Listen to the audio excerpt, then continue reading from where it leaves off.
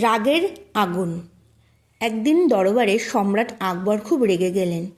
একজন কর্মচারী ছোট ভুল করেছিল আর আকবর তৎক্ষণাৎ শাস্তি দিতে চাইলেন। দরবারে সবাই চুপ।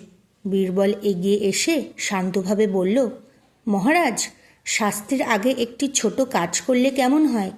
আকবর রাগের মাথায় বললেন, ঠিক আছে, দ্রুত বলো।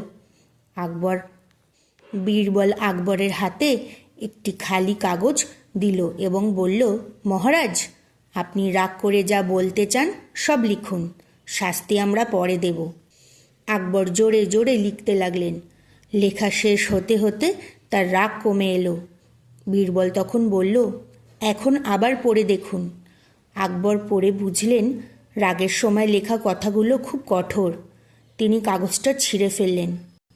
কর্মচারীকে ডেকে বললেন, ভুল হয়েছে, কিন্তু শিখে নাও। সবাই স্বস্তি পেল। বীরবল বলল, মহারাজ, রাগ আগুনের মতো, আগে নিজেকেই পোড়ায়। আকবর মাথা নাড়লেন।